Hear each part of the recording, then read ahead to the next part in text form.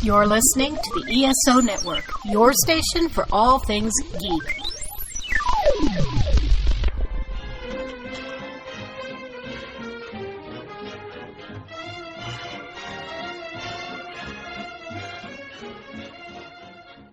Hello, world, and welcome to Tales from Hollywoodland, a veritable feast of movies, television, Broadway, showbiz stories, and even a little bit of news and gossip with Julian Schlossberg, Arthur E. Friedman, Stephen J. Rubin, and I'm your sweet voice on the other side of the radio, producer and announcer Mike Faber.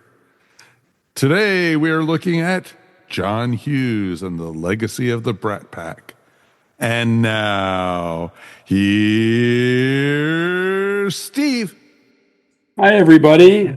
So good to be here. Always good to be somewhere like Tales from Hollywoodland. You can't talk about the Brat Pack unless you talk about first the originator of it, in a sense, the legendary director, writer, producer, John Hughes.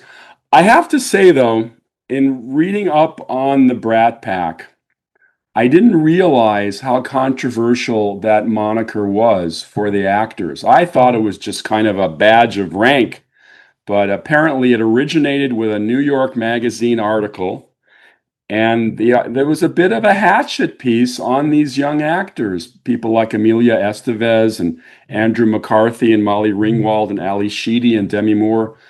They hated that article so much, and according to them, they said the Brat Pack identity hurt their careers. What did you hear about it, Julian? Well, I read the article. I remember at the time, guys, but I mean, to say it hurt your career is really kind of stretching it. Generally, it's the agent who hurt your career, or the manager who hurt your career, or the lawyer who hurt your career. Didn't hurt Rob Lowe to get into West Wing. It didn't hurt Demi Moore becoming one of the major stars of the time. So, I mean, it's not really, to me, it's just an excuse. What does happen, though, and we all four of us know, is that you can get typecast. And that's something that happens not necessarily just because you're called the Brat Pack, but it can be for anything. So, to me, that's an exaggeration. And I don't buy it. But they were so hot in the 80s that these kind of publicity stories would run about, just like, I mean, it was an unusual kind of thing. Teenagers or low 20s were killing them in the movies. So they were, and then the name, the Brat Pack, so that evolved into some stories that were just there for publicity, probably helped their business. It was a phenomenon, and it lasted for a period of years. It was created by a writer, very successful writer named John Hughes. Ned Tannen, who was the head of the studio at Universal at the time, told me that John Hughes, if you ever try to get a script written in the movie business, watch out. You're going to see things you won't believe. Most of the writing is really terrible, and anybody will tell you that. Most of the screenwriting is terrible, and it has been for many years. So it's a tough thing to do. And Ned Tannen told me that John Hughes vomited script. It just flushed out. He was a freak. He was like Michael Jordan of writing scripts. And he wrote these things, Pretty in Pink, The Breakfast Club, Ferris Bueller's Day Off. He just kept writing it, and he had so many hits, Vacation, apart from the Brat Pack. But the Brat Pack came out of it. And we owned movie theaters in those days in the 80s, and I'm telling you, they did business. Those movies did business. And the young people, of course, ate popcorn, so we were thrilled. Well, John Hughes, and I have some personal experience with him because I was assigned to Pretty in Pink as the unit publicist, one of the few movies I worked on that wasn't a crummy sequel. And basically, I got to see him as the writer-producer of Pretty in Pink. The film was directed by Howie Deutsch. And John Hughes had the pulse of teenagers back in the day. Teenage movies over the years had not really resonated much with contemporary teenagers. A lot of them were sex comedies in the early 80s, Porky's, those kinds of movies. And I think that John Hughes brought an intelligence and a real quality to these films that made them rise above the standard fare. And I think that the teenagers almost thought of him as their own messiah. I think you're right, Steve. I think it's a very good assessment of it. He brought emotion to it and some real sincere feelings that the teenagers go through. He was absolutely great. Died young. Died at age 59. But he did so many. This guy wrote Home Alone. I mean, he wrote so many successful things. But I have a question for you, Steve. You say we were the unit publicist on Pretty in Pink and on other movies. Let's tell our listeners, what exactly does a unit publicist do? Using Pretty in Pink as an example. You're the primary liaison with the media, with the studio. You work as a team with a still photographer. I had an interesting experience on that movie. We were filming Pretty in Pink on the Santa Monica 3rd Street Promenade in the place where Annie Potts has her little record store where Molly Ringwald's character works. And we had a break because there was a lighting change, and I wandered around the property. I went into the back alley, and I saw a beautiful brick wall with a lot of kind of colors, almost like somebody splashed some paint on it. And I grabbed Laurel Moore, our still photographer, and I took Andrew McCarthy, John Cryer, and Molly Ringwald into the alley, and we shot some pictures. This is kind of what publicists do sometimes. If they see a photo opportunity, they will ask the photographer to try a special. Would you believe that little 10-minute session we did in the back of that alley became the poster of the movie? I remember that look. I do remember. Yeah. That was a big hit for me. But we whenever a media person comes to the set, whether it's an Entertainment Tonight crew or whether it's a journalist from the New York Times or whoever, you have to escort them on and off. You are their primary liaison. You also work with the electronic press kit people shooting behind the scenes. There's a lot of different things you do. And so every movie has one, correct? A unit publicist? Pretty much. Certainly all the studio films have it. And it's an important responsibility. You also do all the writing on the show. You turn in a full press kit when you turn in the movie. I mean, basically, you have to do interviews with everyone for yourself. You write little stories. When did you come? At what point in Pretty in Pink did you come on to work? Well, I actually worked from the first day of shooting on. It's funny because I had previously interviewed with Jerry Bruckheimer to be the unit publicist on Top Gun. Ooh. And I thought I had a good shot at that one, being such a military buff, and the thought of being on aircraft carriers. Without mentioning numbers, just my curiosity might be the audience's. How do they pay unit publicists? Is it based on the last quote, or is it negotiation? How does that go? But we're full union program, full union players. We work for IATSE, the branch known as the Publicist Guild of America, and so it's definitely determined. And it's a good salary. It's a very good salary. It happened that I wasn't on location, so I didn't have a per diem payment because I was sleeping in my own bed every night. But I had previously worked with Molly Ringwald on a movie called Space Hunter Adventures in the Forbidden Zone, which was a 3D movie that Columbia released that a few people remember, including Mike. I'm seeing him smile. It was a 3D release released in '83, 2 years before Pretty in Pink. The following year, Molly did 16 Candles, which was John Hughes' directing debut. And that movie really struck a chord with teen audiences. They loved Molly, and up until that, Molly had done a couple of films, but I think John Hughes' direction and the quality of the writing and Molly Ringwald's look. Molly Ringwald had a very unique look for a leading lady. She wasn't a dazzling beauty, but there was something about Molly that appealed to everybody. Yeah, she was unique. Especially young girls. And they looked at her as kind of the symbol of what young teen girls are going through every day. And I think Hughes played to that. And put together with the name Molly Ringwald, it worked. It worked. And then he followed 16 Candles with Breakfast Club. The Breakfast Club is a very, very unique movie. I think that, and then of course you have a lot of Brat Packers on that movie. You've got Emilio Estevez, and you have Judd Nelson.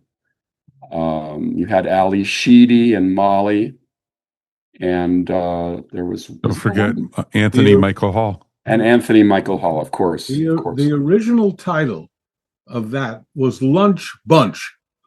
It was. And I think they did better with Breakfast Club than that. I think that Hughes and the group we're talking about, specialty, which Arthur touched on, was teenage angst. I mean, all of us know that going through teenage years are really not the easiest. And it was a huge population in the country at that point. And I think I think what represents that the best of anything in the art field is the book Catcher in the Rye. Because Catcher in the Rye really captured what it was, beautifully written by Salinger. And while it's nothing to do with the Brat Pack, it has a lot to do with teenage angst. Teenage angst. There could be a class taught on just that. Have we all read Catcher in the Rye? Well, I do. I read it once a year. You do. Talking about a hot book, a hot book that came out of a time. Catcher in the Rye was huge. Now, let me ask the question. I know that Salinger was very protective of his rights. Wasn't he against it being made into a movie for many years? More than against, he turned millions down. Millions was offered to him over the years by studios and even young. Why, Julian? Why? He didn't. He had written something called 9 stories. They were short stories, and he sold one called Uncle Wiggily in Connecticut. They sold it to the movies, and as far as he was concerned, they totally ruined it. And he swore he would never let anyone from Hollywood touch his books again. And he's I think, one of the great writers of the 20th century. But the saddest part is the fact that he didn't write that much that was published. He wrote an awful lot, but he wouldn't let it be published. He lived as a kind of almost like a hermit up in New England. Arthur could have probably passed his house and not known it. And to me, I don't remember any book that touched me more than that book. Wasn't he on Omaha Beach on June 6th? He suffered a great deal in World War II, in many ways, traumatically, and he writes about it in some of these short stories, particularly one called "A Perfect Day for Banana Fish," where he talks in terms of it. But yes, I'm very steeped in Salinger. I'm very involved with his writings, and I just but thinking of our topic today, the angst aspect, that's what Hughes hit. And boy, if you can hit that kind of artery in the culture as he did, he really represented the mid 80s. Was those movies, as Arthur started to say, all of us in the business were cleaning up on those movies financially. Yeah, what you say is really so, Julian. He hit the nerve. But in the entire entertainment business, if you're going to ever hit a demographic and hit it on the head, you want to hit the teenagers. Hello, Beatles. Teenagers are the greatest market in the world. They all come and they pay and they find the money, they do it, and they eat whatever there is. It's just an incredible market. They don't pay attention to the outside possibilities of not coming to the movies, like COVID. They don't care. They go to the movies. They go to the theater. It's a big deal. He hit that nerve with that most lucrative of all demographics, and so the Brat Pack evolved from that. Well, his imagination was certainly helped by the fact he grew up with 3 sisters. There were very few boys in the neighborhood, so he was not into sports. He had a lot of time to develop his imagination, and I didn't realize this until reading up on him, that he had started his career writing jokes. and short pieces for the National Lampoon magazine. In fact, I think his first screenplay was the National Lampoon's It was. Vacation. Yes. In fact, it was because another of huge that. movie. Well, you know, it's funny. I'm actually, I don't know if I have to correct myself. I think he wrote a National Lampoon movie that wasn't a hit before he wrote the big one. In fact, I am going to look that up. Vacation The was one being Vacation. Vacation was the big one initially, and from that, Ned Tannen at Universal signed him for a 3-picture deal, and he did, and part of that deal was that he had to do, I think, 16 Candles first. Right. How big was that? Steve, what was in your relationship on Pretty in Pink? What was your relationship with Hughes? He was very nice. I mean, just being around him, the music he played, he was very much into playing music on the set to set the tone.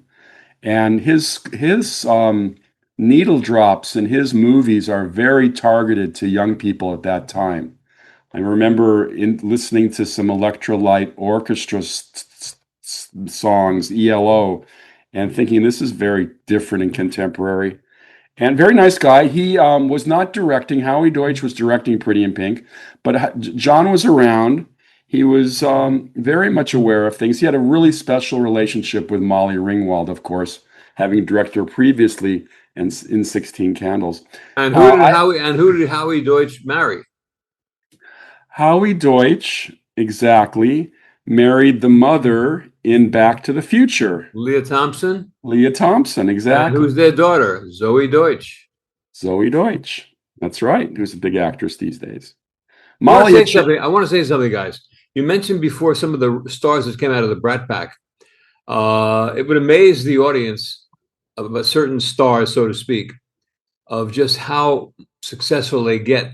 And you really don't hear as much about these certain kind of people as you do about the big name stars like Tom Cruise or what have you. But there's a guy named John Cryer who came out of the Brat Pack and got into a series called 2.5 Men. I would say he's probably one of the wealthiest people in Hollywood. John Cryer. Would you agree? I'm not sure of his financial worth. He made millions of dollars. I'm sure he did. He and Charlie Sheen definitely wrote. Do you know who the highest paid actor in Hollywood is for the past maybe 8 years? His last name is Harmon. It's not Brad Pitt. It's not the guys you would think. Mark Harmon from NCIS? Yeah, from NCIS. Huh. Unbelievable. He made like $70 million last year. What's his first name, Steve? Mark Harmon. Former quarterback with the UCLA Bruins. I used to see him on campus when I was there. Yeah, his father was one of the biggest stars in the history of college football, Tom Harmon. Who my mother danced with in Milwaukee back in the day. I remember her telling me. Based on that, he could buy UCLA. No, not quite.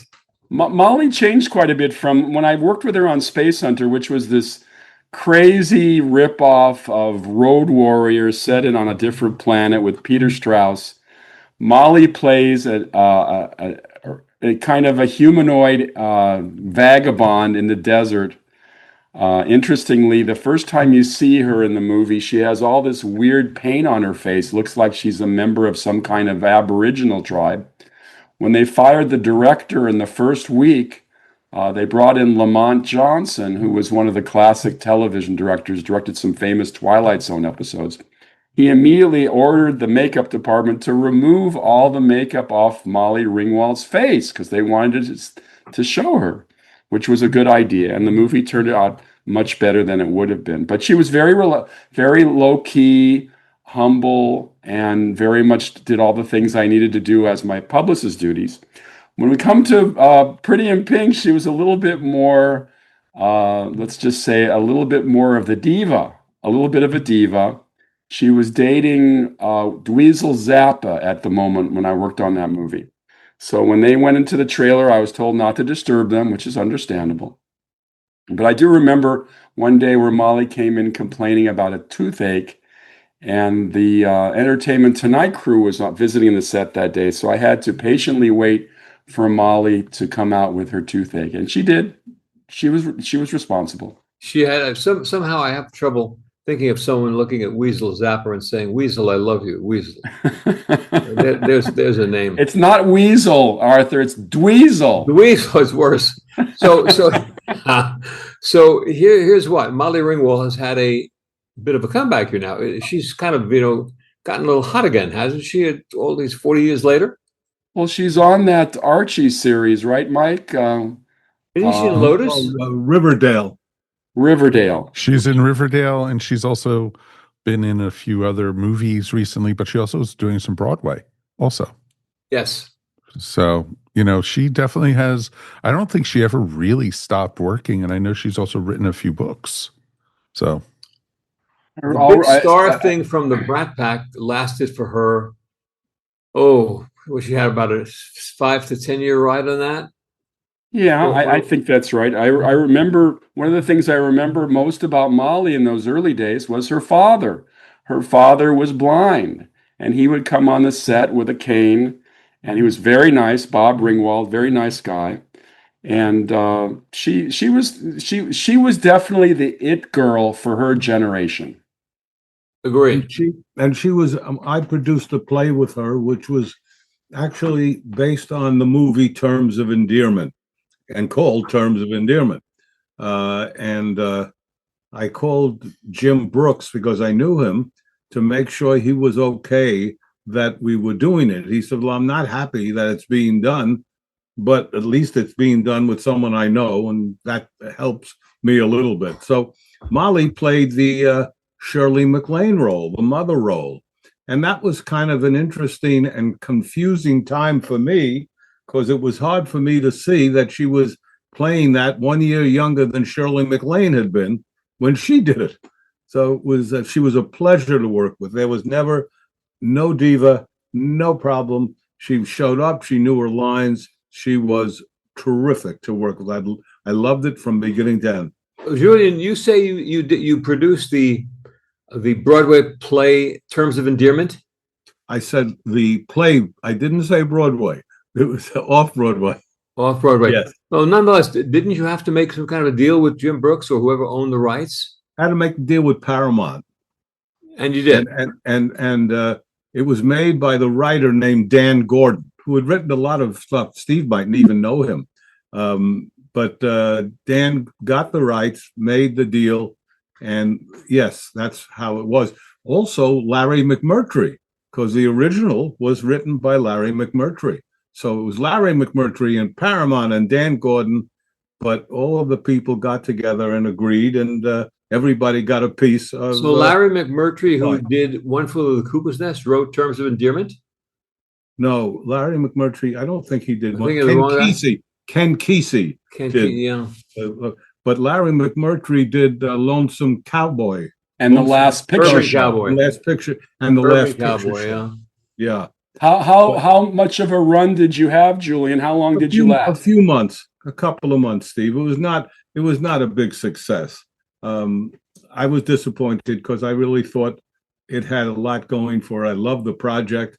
We had a very interesting actor doing the Jack Nicholson role, and he and Molly got the best reviews. So, but I guess, as a friend of mine said, people loved the movie. They didn't particularly want to go back to see the show. So in a situation like that where you're off Broadway, did you try to get on Broadway first? Oh, no, not at all. I felt very strongly that this was not going to be a Broadway play. Okay. And what you do sometimes if you're in doubt, and I certainly am in doubt most of the time, is to go off Broadway, and then if you have a hit and people are being turned away, then you move to Broadway.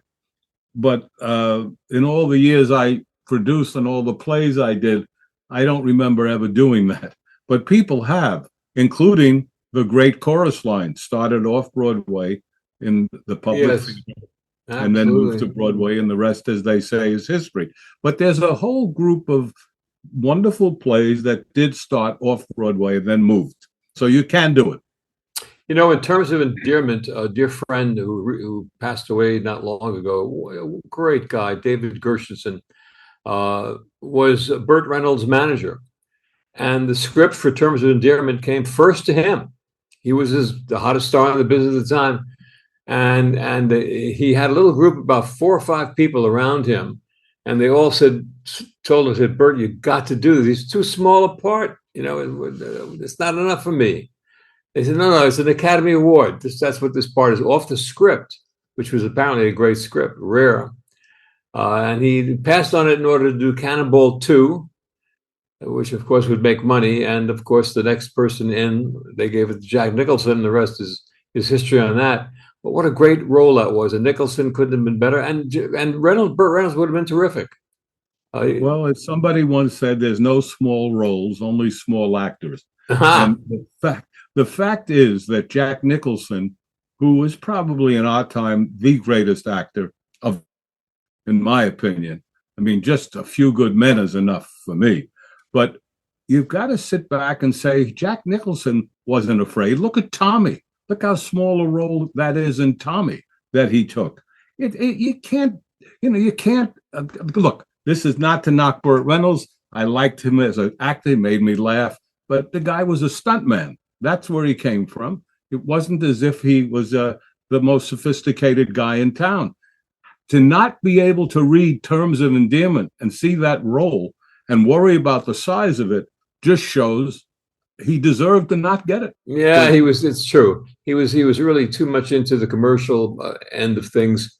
He made one of the most underrated comedies of all time called The End. I loved movie. I loved it. Movie. Oh God! I laughed and laughed and laughed. Dom DeLuise. I worked with Burt on one of his last movies. He did a movie that unfortunately went straight to video. It deserved a better fate. It's called Grilled. It's about 2 down on their luck meat salesmen who have to sell a refrigerator full of meat, otherwise they're going to lose their livelihood. Played by Ray Romano and Kevin James. And through a series of events, they're introduced to Cookie Kornbluth, the head of the Jewish mafia, played by Burt Reynolds. Did Cookie help? Cookie helped. He bought the refrigerator. I think he bought several refrigerators for his cousins. But the funny thing is, in interviewing Burt on the set, he said, Steve, there are a lot of actors who can do comedy better than me. There are a lot of actors who can do drama better than me. But I don't know if anybody can do drama and comedy the way I do it. Guys, Steve, did you see The End? Mike, did you see The End? No. All right, we got to put that on our list. Julie and I. There were 2 sequences in the movie The End, which is fairly easy to describe. So at the beginning of the movie, he goes to the doctor and he says, "Give it to me straight, doc. Give it to me. I want it. Just tell me the truth. Tell me the truth. What? Doctor, you really want it?" He says, "Yes, that's what I demand." He says, "Good. You're going to die in 6 months." Oh my God! He falls apart, and it plays funny. Now, he can't take it anymore, so he decides to commit suicide by drowning himself in the Pacific Ocean, Julian. And he walks out about 50 yards, and he says, "I'm killing myself. I can't take it anymore. That's it." And he gets out to the part where it's a little steep and the waves are coming into it. He realizes he's in deep trouble. And he starts praying to God. "God, please get me back. Get me back to shore. I'll give you 20%. I'll give you 20%. Please get me back." He comes in further. He says, "God, 10%. But I'm talking gross, God, gross." So you got to see this. That thing plays. Oh my God! The screening room was in hysterics. Did not do business. Go figure. And it real well. Often, as my friend Charles Grodin would say, too smart for the room. That is such a funny movie. And isn't Dom DeLuise isn't he a schizo? He's playing 2 people. Unbelievable. He's so brilliant in that. He really is brilliant in that film. Yeah. Getting back to our Brat Packers, I got a chance to, obviously on Pretty in Pink, I worked with both John Cryer and Andrew McCarthy. Andrew McCarthy was a very handsome young man and certainly another poster boy for the teen girls at that time. And he couldn't have been nicer. He's now become a top television director. I see his credits all the time. I worked with him again on a Showtime original movie. Very, very good man. Very good man. Well, he made a documentary called Brats. That's right. I remember it. Yeah, many of the just last year I think it came out. Some of them refused to work in it, and some of them did it. So he got some to talk about. And as you said earlier, a lot of them were moaning about the article. And again, as I said before, I don't buy it. I believe it was Andrew McCarthy. Correct me if I'm wrong, Steve. That made a hell of a picture with Jacqueline Bisset. Am I right? Well, let's look that She's up. the mother of his friend, and he's a teenager. And you talk about it was a pretty hot movie. Jacqueline Bisset, Andrew McCarthy. You are right. The reason I think you're right is that in Bratz, Jacqueline Bisset is one of the names.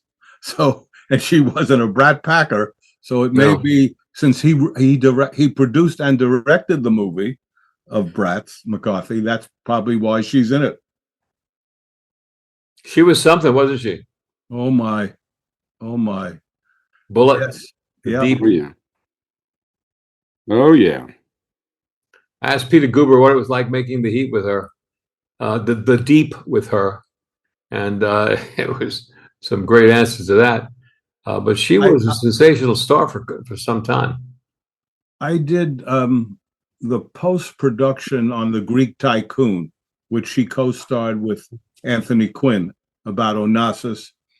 And we had to do some looping, and I flew to LA to do the looping with a group of actors, Eddie Albert Jr., there were a whole group. And she came in on Sunday morning with chinos and a sweatshirt, zero makeup, and it was as beautiful a woman's face as I've ever stared into in my life. It's interesting, though, because you had so many different people who counted towards being members of the Brat Pack. You know, some of the names on this list that I have are huge, and you know they're still and a lot of them have matured and become very fine actors, and it's just amazing to see. You had actors like Timothy Hutton, Kiefer Sutherland, Demi Moore. You also had, of course, Matthew Broderick, Kevin Bacon, and Timothy Hutton. Was Robert Downey in there? Yeah. Oh, Robert Downey, big time. And because he starred in a lot of the John Hughes movies, he was like, he sometimes played, smaller roles.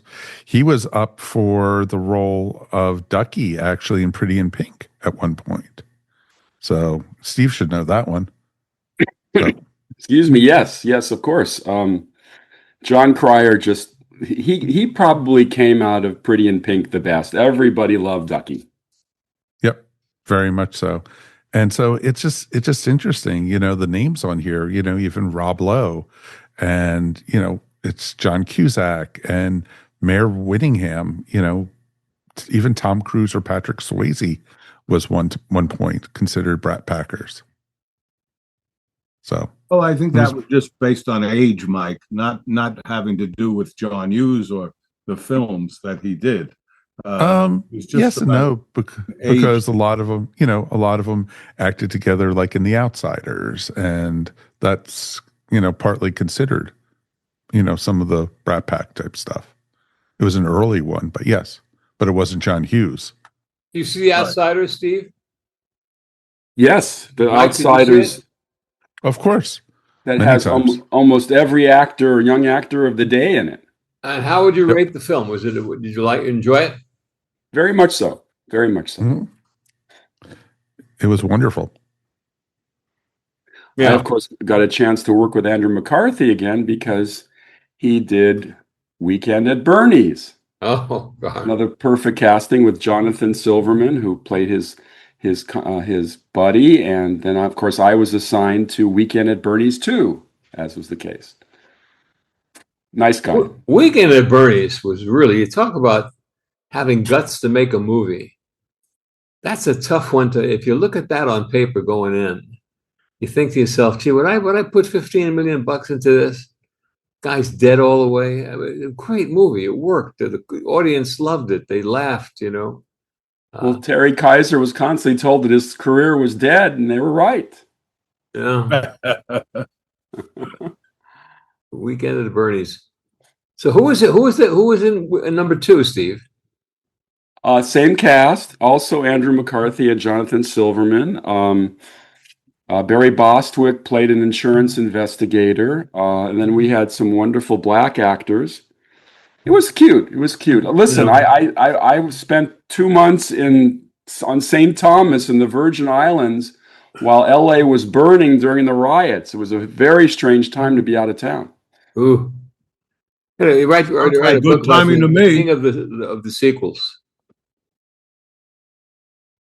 I'm sorry, Arthur, what did you say? There could be a book written about you called King of the Sequels.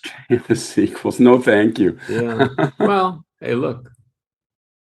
Sequels. See, at the very least, sequels are offshoots of successful movies. Did you find out about Andrew McCarthy and Jacqueline Bisset? I'm looking at his credits. There was a movie, boy. It was a hot movie. She's the mom and has the hot. Or I think Andrew McCarthy, if not Rob Lowe, one or the other. But let's go back to John Hughes again, who wrote all these Brat Pack hits. This guy wrote so many great films. He happened to write, again, all commercial films. All of his stuff was commercial. Mr. Mom, very commercial movie with Terry Garr and Michael Keaton. He did a picture called Trains, Planes, and Automobiles, a very good movie in every which way, also very successful. Steve Martin, John Candy. And I think he was one of the primary boosters of John Candy's career. Oh, very much. There's a guy who went much too early. John Candy, what a great guy he was. What a sweetheart. Nice man. Nice One guy. of the things I loved about the John Hughes movies is how the little cameos tied into his other movies, movies that were coming up or movies that he had already done. And, sometimes they played similar characters, but they actually tied into sometimes the same universe. Like in Planes, Trains, and Automobiles, you had Ferris Bueller's dad. And, and other movies, you had actors who were, and he used a lot of the same people. In Planes, Trains, and Automobiles, there was a movie called He Said, She Said, and they had characters from that. Or where She's Having a Baby, also Kevin Bacon appeared as the character he played in the other movie. And it was just really interesting to see. I had Arnie Schmidt on my show a couple weeks ago, and he was the production manager on Ferris Bueller's Day Off. And I was curious how they got to film at Wrigley Field during a Chicago Cubs game. But it was a little bit of movie magic. I think their people were in the empty stands, which were filled with extras, and they matched it with an actual game. So that was kind of cool movie making. We made a movie called Price of Glory about boxing, and with Jimmy Smits, and we had several hundred extras in the fight scenes. But what I didn't know until it happened, of course, was they had these dummies that they've used in a lot of movies who fill the seats, but they're cardboard characters. Much the same, in a way, I guess, as Gone with the Wind. With a lot of those guys laying there after when Atlanta was burning were not human beings. They were dummies, Dummies. Master. Yeah, when they made Rocky, they didn't have enough money to hire a lot of extras. So the final climactic boxing match between Apollo Creed and Rocky, they had to really be creative in showing the crowd because they didn't have much of a crowd. Yeah, they just go tight in. You can do a lot with that. When I produced and directed No Nukes, we had shot in Madison Square Garden for 5 nights. And when we were doing post, we needed some more work. And you can have the noise of what you really want as your audio, and the picture can be tight on people, but gives the feeling that they're there with all the others. So it is movie magic, and it's done a lot. Yeah, sound. One of the movies that John Hughes did here with the Brat Pack, which was a really big hit, and tough again going in. You look at this. Can this be a hit? Can it be a movie? It's Breakfast Club. We've mentioned it before, but that was a very successful film. And It's They're hardly shot outside of the room. It's a very unique, almost what we call in the trade a bottle show. You're basically filming on one set, and it's maybe intelligent teen movies ever. People love it. Mike, you were a big fan of Breakfast Club, weren't you? Oh yeah, I remember seeing it at the theaters when it first came out, and it was fun. It was speaking to a younger generation, and it was, if a lot of people felt like the films were meant and made for them at the time, because there weren't movies out there that were intelligent and fun, because a lot of the movies that were being put out for teenagers at the time were really stupid. And right. John Hughes wrote, exactly. Look at Porky's. Look at, there was like tons of those types of things. And, it was fun to see because you had a series of, like you said, started with 16 Candles, then went to Breakfast Club. Then you also had Weird Science. And then you had St. Elmo's Fire. And then, you had movies like that. And then they just kept on coming and coming. And Pretty in Pink was just amazing. Weird Science was a sleeper hit, wasn't it? Yeah, big time. Now you mentioned Porky's. Porky's was a watershed movie. It took that theme of teenagers, and it begat American Pie and all these things afterwards. And I do believe that Porky's was kind of like the X-rated version, somewhat, of Animal House, which was one of the biggest movies of all time. Well, I can tell you that Porky's was the first American comedy to gross over $100 million. Unbelievable. Yeah. I was assigned to Porky's 2, as I've told you many times, which wasn't nearly as successful. But those movies were total exploitation. I can honestly say that John Hughes, when he wrote about teenagers, was not being exploitive. He was talking about real teenagers with real issues, and that's why his films worked. That was the magic. Has any of us guys seen one of his pictures recently, as to regarding whether they hold up or not? I will stop and visit Breakfast Club occasionally, just watching all the different characters doing what they're doing. The look on Judd Nelson's face as he's looking at Molly Ringwald pull out her sushi from her lunchbox and eat sushi. Meanwhile, you got Ali Sheedy sprinkling her dandruff on the desktop, and Anthony and Michael Hall doing something inane. It was quite a funny group of kids. And then you've got Paul Gleason as the teacher, and he's gets more and more exasperated. Ali Sheedy became a star out of that the Brat Pack thing for a while. For a brief period. I worked with her 2 years later on a show called, it was called Made to Order, MAID. And she's a rich girl who ends up being forced to be a maid in a rich household. Was it Made in Manhattan? Made to Order. Made to Order. And she works for Dick Shawn. And you could just imagine Dick Shawn playing a wealthy guy. It's just very, very funny. Dick Shawn happened to be one of the funniest human beings that ever lived and never reached the stardom that he did deserve. He was a very funny guy, but complex. Talk about strange guys. Dick Shawn, a mad world. Just one example of the producer. Mama, I'm coming to get you, Mama. Oh, I'm coming to get you. Producers, Julian He actually died on stage. Yeah. They thought it was a pratfall at first. Yeah. Yep. Well, I gave a flower to a big fat cop. He took his nightstick and he beat me up. That was Dick Shawn in The Producers. The early rap. That's early rap. Well, going back to the question you asked, Arthur, have any of us seen any of the John Hughes movies? Every year for Thanksgiving, we watch Planes, Trades, and Automobiles. It's a tradition in our house. And, kind of not a tearjerker, but close. Oh, at the end, when you find out what Dell's story is, I totally get choked up. Yeah. And I've seen the movie probably close to 40 times. And it's wonderful.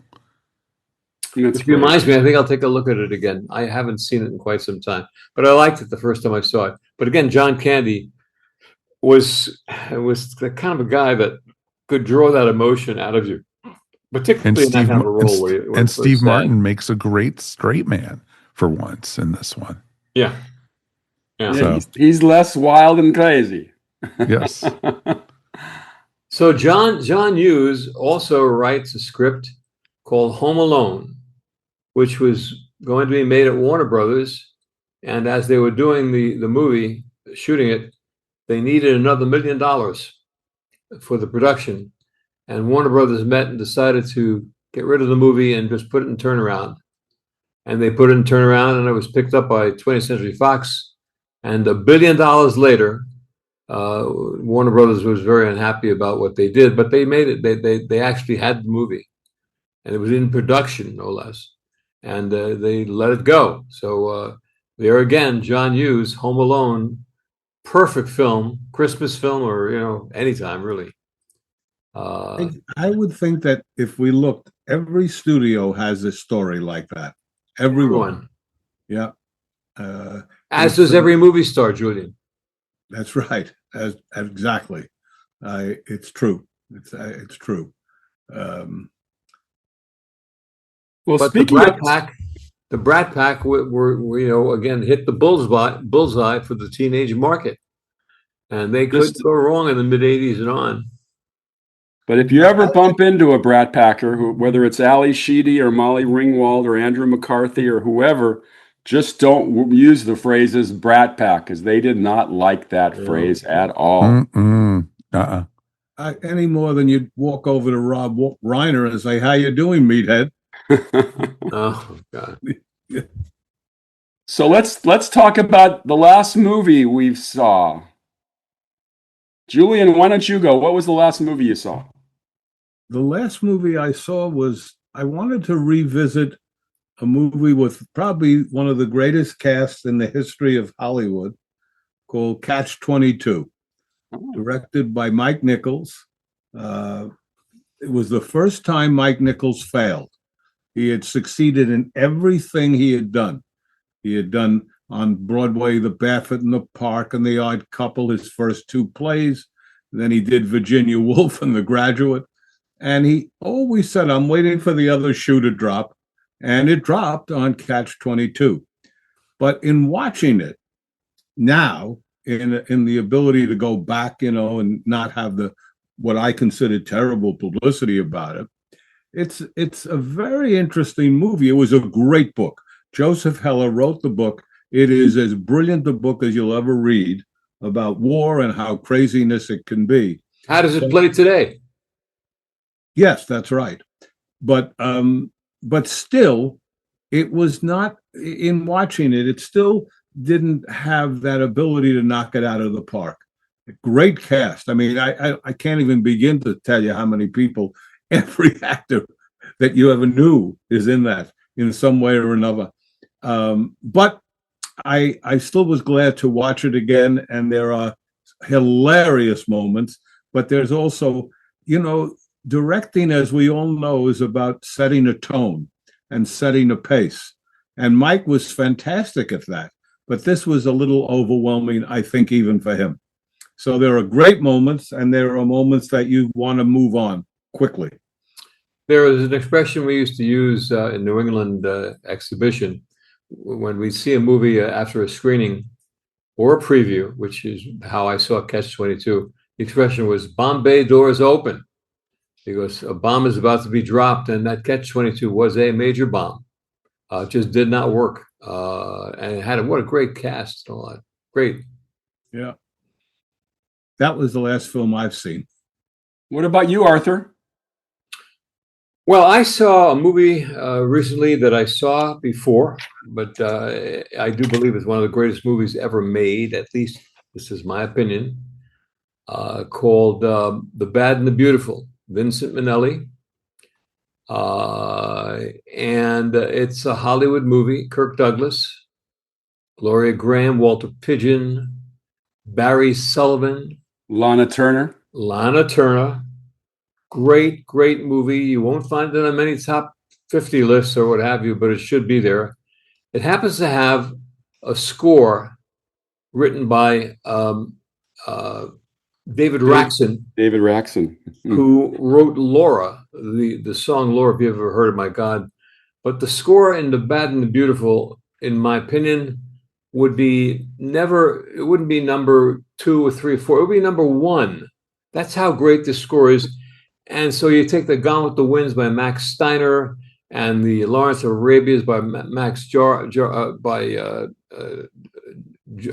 believe it, Maurice Jarre. And so The Bad and the Beautiful, the score in this little black and white movie would rate on a 1, 1A, 1B, 1C, like an entry with the greatest scores of all time. And the movie stands up completely, and that's what I saw. I loved it. I think that is awesome. I think the score that I loved was so haunting was Chinatown. Oh boy. Oh, that Jerry really, Goldsmith. Yeah, at his best.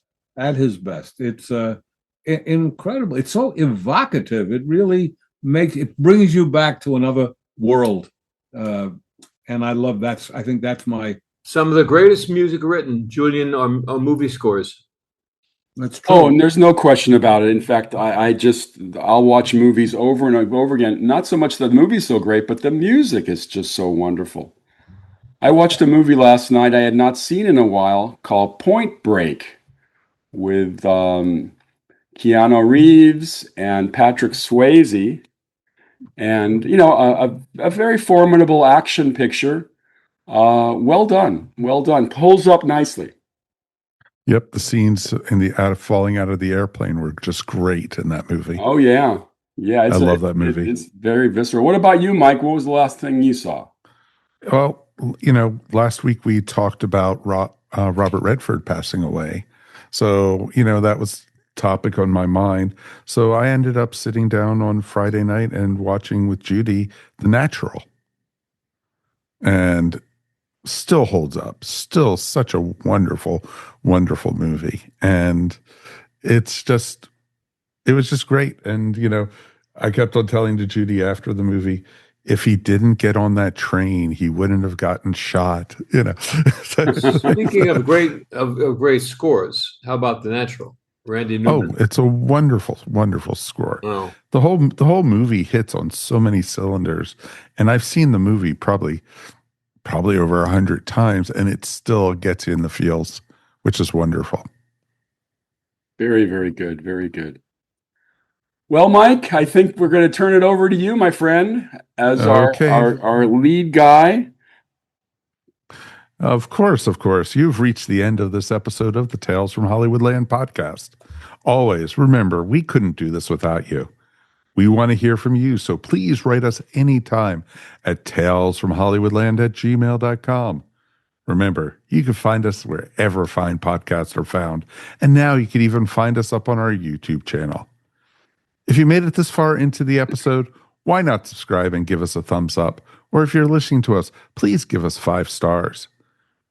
If you're on social media, please follow us up on Instagram and Facebook. Before we get out of here, let's see what's going on their shows. Mr. Julian, what do you got going on, my friend?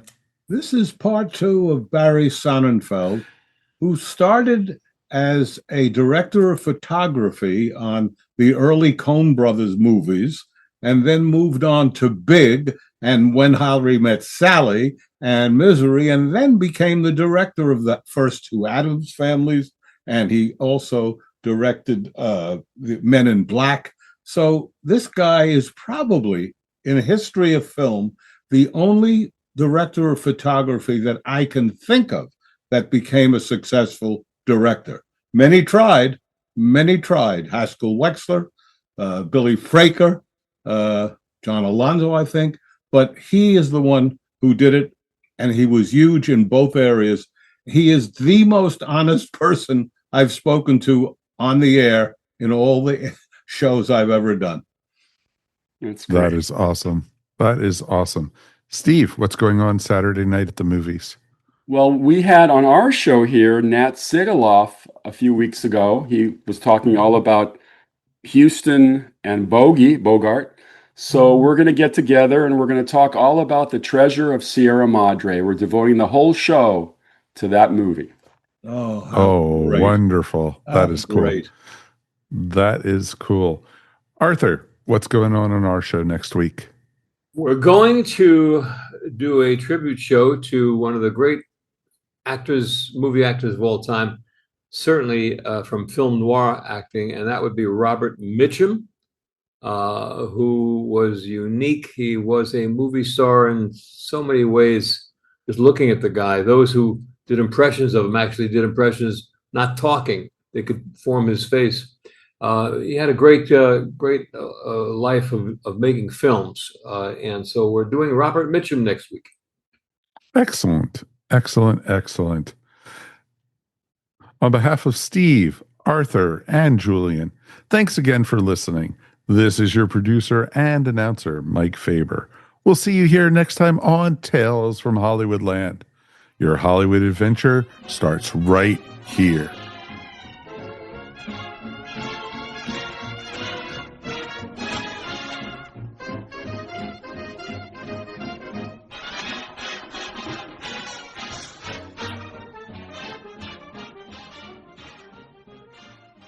Come listen to the 42 Cast. It's your ultimate answer to fandom, geekiness, and everything, and you can only find it on the ESO Network. This has been a broadcast of the ESO Network. Be part of the crew and help support our shows by donating to our ESO Patreon or by shopping for the TeePublic store, which can all be found at www.esonetwork.com. The ESO Network, your station for all things geek.